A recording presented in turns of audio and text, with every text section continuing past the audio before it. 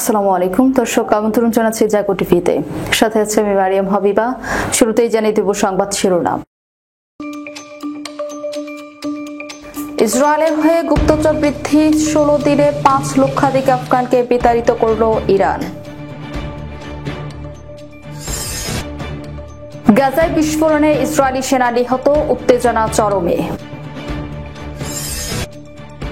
ব্রহ্মপুত্র নদীর ওপর ওয়াটার বোমা তৈরি করছে চীন, অরুণাচলের মুখ্যমন্ত্রী। রোদ পোহানোর সময় ড্রোনের টার্গেট হতে পারে ট্রাম্প, ইরানি কর্মকর্তার হুঁশিয়ারি। জমজম ও আতরের ছোঁয়ায় পবিত্র কাবা শরীফ ধৌতকরণের ভিডিও ভাইরাল। ইরানের উপর নতুন চাপ, জার্মানির বোঝাপড়া করার হুঁশিয়ারি। ট্রাম্পকে হত্যা চেষ্টা, 6 সিক্রেট সার্ভিস কর্মকর্তাকে শাস্তি। শুনছিলেন সংবাদ শিরোনাম, এবারে বিস্তারিত। ইসরায়েলের হয়ে গুপ্তচর বৃদ্ধির অভিযোগ এনে 16 দিনে 5 লক্ষাধিক আফগানকে বিতাড়িত করল ইরান। সম্প্রতি ইরান জুড়ে বিভিন্ন জায়গায় ইসরায়েল অস্ত্রশস্ত্র ও ড্রোন সহ শত শত আফগানকে গ্রেপ্তার করেছে ইরানের নিরাপত্তা সংস্থা। এরপরে আফগানদের ইরান থেকে বিতাড়িত করার প্রক্রিয়া উল্লেখযোগ্যভাবে বেড়ে গিয়েছে। প্রতিবেদনে বলা হয়, ইসরায়েলের সঙ্গে যুদ্ধবিরতির পর গত 16 দিনে 5 লাখের বেশি আফগানকে বিতাড়িত করেছে ইরান। জাতিসংঘের পক্ষ থেকে এই তথ্য জানানো হয়েছে। খবর CNN এর। জাতিসংঘের অভিবাসন সংস্থা IOM জানিয়েছে, গত 24 জুন থেকে 9 জুলাইয়ের মধ্যে 5,08,426 জন আফগান ইরানি আফগানিস্তান সীমান্ত দিয়ে ইরান ছেড়েছে। CNN বলছে, গত বুধবারেই 33,956 জন আফগান ইরান ছেড়েছে। মঙ্গলবার এই সংখ্যা ছিল 30,635 জন এবং শুক্রবার সর্বোচ্চ 51,000 আফগান ইরান ছেড়েছে। নথিহীন আফগানের ইরান ছাড়াই সময়সীমা হচ্ছে আগামী রোববার। বশির নামে 20 বছর বয়সী এক যুবক জানান, তেহরান পুলিশ তাকে বন্দিশালায় আটকে রেখেছিল। বশির বলেছেন, প্রথমে তারা আমার কাছে $200 নেয়, এরপর একটি বন্দিশালায় পাঠায়। সেখানে আমাকে 2 রাত থাকতে হয়েছে এবং সেখানে আরো $50 দিতে হয়েছে। বশির বলেন, এই বন্দিশালায় অন্তত 200 জন আছে। অনেকে অভিযোগ করেছেন, সীমান্তে ইরানি গার্ডদের দ্বারা তারা হেনস্থার শিকার হচ্ছেন। কেউ কেউ বলেন, বৈধ কাগজপত্র থাকা সত্ত্বেও তাদের আটক করে ফেরত পাঠানো হয়েছে। ইরানে বসবাসরত আফগান জানিয়েছে যে দেশটির মিডিয়াতে প্রচারণার কারণে তাদের রাস্তায় এবং বাজারে অপমান করা হচ্ছে এবং ইসরায়েলি গুপ্তচর হিসেবে চিহ্নিত করা হচ্ছে। গাজা উপত্যকার খান ইউনুসে ভয়াবহ এক বিস্ফোরণে ইসরায়েলি সেনাদের উপর ভবন ধসে পড়লে কমপক্ষে সেনা নিহত হন এবং কয়েকজন আহত হন। আহতদের মধ্যে একজন নারী প্যারামেডিক গুরুতর অবস্থায় রয়েছেন। খবর শাফাক নিউজের। ইসরায়েলি গণমাধ্যম জানিয়েছে, বিস্ফোরণের পরপরই ঘটনাস্থলে গোলাগুলি শুরু হয় এবং ইসরায়েলি সেনারা হামলার মুখে পড়ে। আহত সেনাদের সরিয়ে নিতে হেলিকপ্টার মোতায়েন করা হয়। এই হামলা চালান গাজা যুদ্ধের সাম্প্রতিক সহিংসতার মাত্রাকে আরো বাড়িয়ে দিয়েছে। ইসরায়েলি দৈনিক ইয়েদিওত আহরনাথ জানায়, গত জুন মাস ছিল চলতি বছরের সবচেয়ে প্রাণঘাতী সময়। এদিকে ইসরায়েলি সামরিক বাহিনী জানিয়েছে, ইয়েমেনের এলাকা থেকে ছোড়া একটি ক্ষেপণাস্ত্র শনাক্ত করা হয়েছে।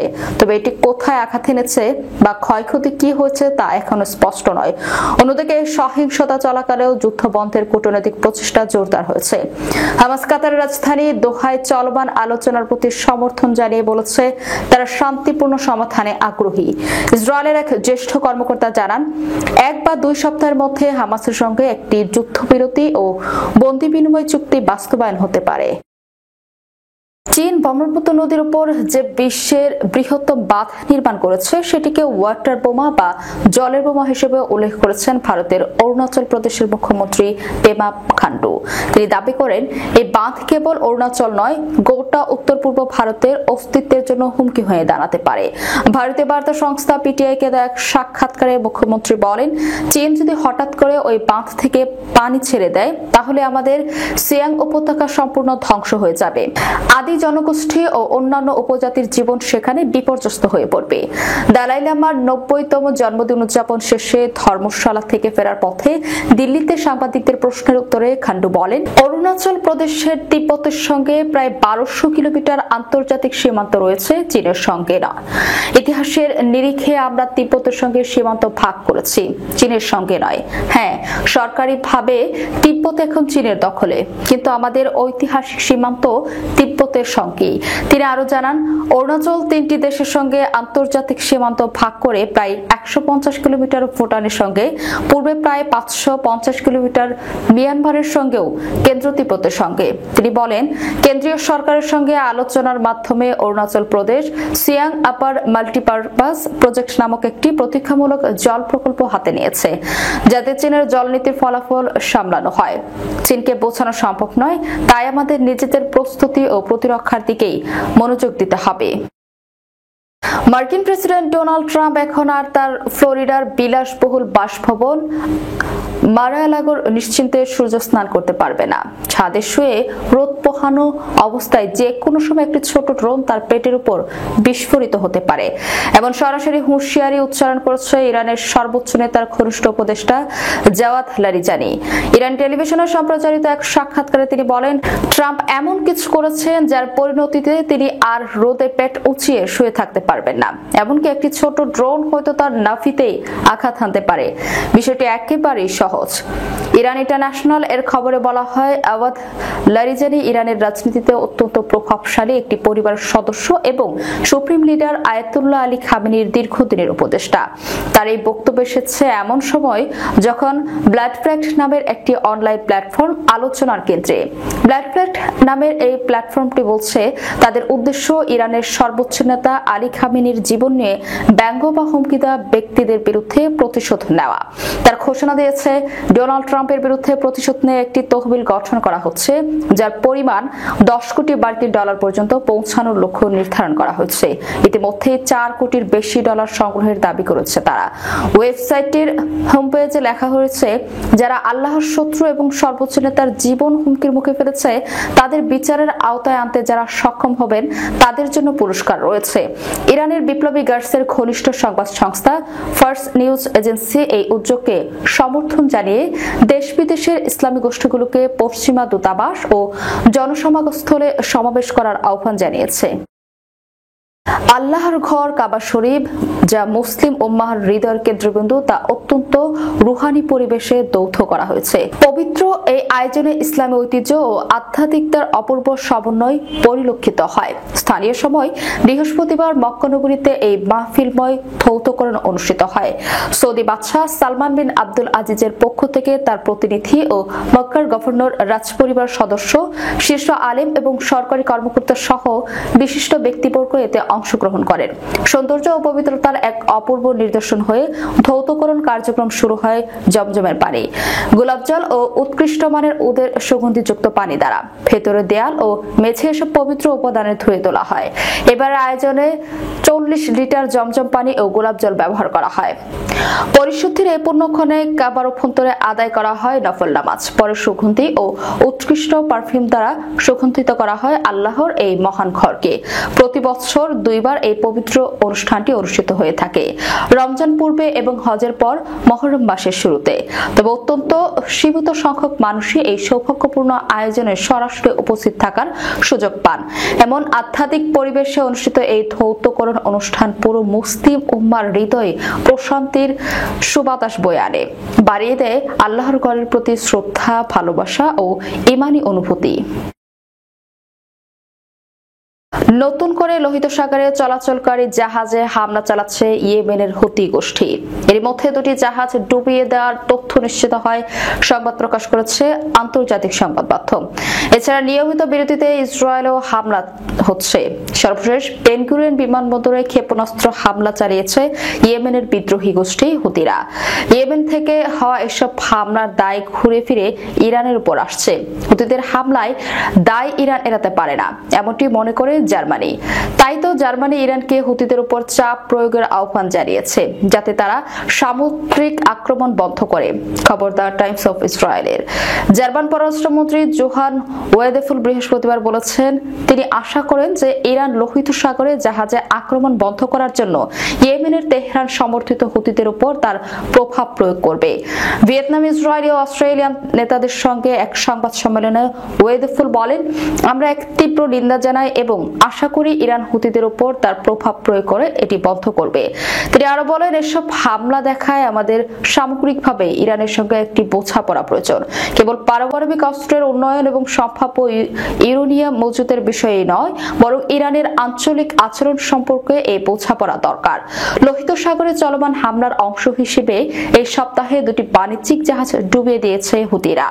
সর্বশেষ এটার্নিটি সি নামের একটি গ্রিক চালিত এবং লাইবেরিয়া ফ্ল্যাগধারী পণ্যবাহী জাহাজে হামলা চালিয়ে অন্তত 4 নাগরিককে হত্যা করা হয়েছে। জাহাজটিতে মোট 25 জন ক্রু ছিলেন। গত বছর মার্কিন প্রেসিডেন্ট ডোনাল্ড ট্রাম্পকে হত্যা চেষ্টার ঘটনায় গাফিলতির অভিযোগে 6 জন মার্কিন সিক্রেট সার্ভিস কর্মকর্তাকে দোষী সাব্যস্ত করে শাস্তি দেওয়া হয়েছে। বৃহস্পতিবার সংস্থাটি জানিয়েছে, সংশ্লিষ্ট কর্মকর্তাদের 10 থেকে 42 দিনের জন্য সামরিক বরখাস্ত করা হয়েছে। খবর রয়টার্সের। তবে সাজাপ্রাপ্তদের নাম কিংবা বরখাস্তের নির্দিষ্ট কারণ প্রকাশ করা হয়নি। মার্কিন গোয়েন্দা সংস্থা জানিয়েছে, কর্মকর্তারা দায়িত্ব গাফিলতি করেছেন এবং এই পদক্ষেপের মাধ্যমে ভবিষ্যতে এমন ঘটনার পুনরাবৃত্তি ঠেকানোই উদ্দেশ্য। 2024 সালের 13 জুলাই যুক্তরাষ্ট্রের পেনসিলভানিয়ায় বাটলার শহরে নির্বাচনী জনসভায় ট্রাম্প গুলিবিদ্ধ হন। মঞ্চে ভাষণ দেওয়ার সময় পাশের একটি ভবনের ছাদ থেকে তার দিকে গুলি চালানো হয়। এই হামলায় ট্রাম্পের পাশে থাকা এক সমর্থক নিহত হন এবং আরো কয়েকজন আহত হন। পাল্টা গুলিতে হামলাকারীও নিহত হন। ঘটনার পর সিক্রেট সার্ভিসের বিরুদ্ধে নিরাপত্তার চরম গাফিলতির অভিযোগ ওঠে এবং সংস্থাটির তৎকালীন পরিচালক পদত্যাগ করতে বাধ্য হন। সম্প্রতি এক সাক্ষাৎকারে ট্রাম্প বলেন, স্থানীয় পুলিশের সঙ্গে সমন্বয়ের অভাব এবং ভবনের ছাদে নিরাপত্তার অনুপস্থিতি ছিল বড় দুটি ভুল। তিনি আর বলেন, এই ধরনের ভুল আছে, কখনো ঘটতে দেওয়া যাবে না। সিক্রেট সার্ভিসের নিরাপত্তার ইউনিটের প্রধান শন কুরান জানান, ঘটনার তদন্ত শেষ কংগ্রেশনাল ওয়েবসাইট কমিটি 46টি সুপারিশ দেয়, যার মধ্যে 21টি ইতিমধ্যে কার্যকর করা হয়েছে এবং 16টি প্রক্রিয়াধীন। বাকি 9টি সুপারিশ সংস্থার আওতার বাইরে। এছাড়া প্রেসিডেন্টের ব্যক্তিগত অবকাশনালীর নিরাপত্তা আরো জোরদার করা হয়েছে। সিক্রেট সার্ভিস জানায়, বিশেষ করে ট্রাম্পের মালিকানাধীন ফ্লোরিডার গলফ কোর্সেও নজরদারি বাড়ানো হয়েছে। যাবার আগে শিরোনামগুলো জানিয়ে দেব আরো একবার। ইসরায়েলের হয়ে গুপ্তচর বৃদ্ধি, 16 দিনে 5 লক্ষাধিক আফগানকে বিতাড়িত করল ইরান। গাজায় বিস্ফোরণে ইসরায়েলি সেনা নিহত, উত্তেজনা চরমে। ব্রহ্মপুত্র নদীর উপর ওয়াটার বোমা তৈরি করছে চীন, অরুণাচলের মুখ্যমন্ত্রী। রোদ পোহানোর সময় ড্রোনের টার্গেট হতে পারে ট্রাম্প, ইরানি কর্মকর্তার হুঁশিয়ারি। জমজম ও আতরের ছোঁয়ায় পবিত্র কাবা শরীফ ধৌতকরণের ভিডিও ভাইরাল। ইরানের উপর নতুন চাপ, জার্মানির বোঝাপড়া করার হুঁশিয়ারি। ট্রাম্পকে হত্যা চেষ্টা, 6 সিক্রেট সার্ভিস কর্মকর্তাকে শাস্তি। এই ছিল এখনকার মতো। পরবর্তী সংবাদ দেখার আমন্ত্রণ রইল। ধন্যবাদ সবাইকে। আল্লাহ হাফেজ।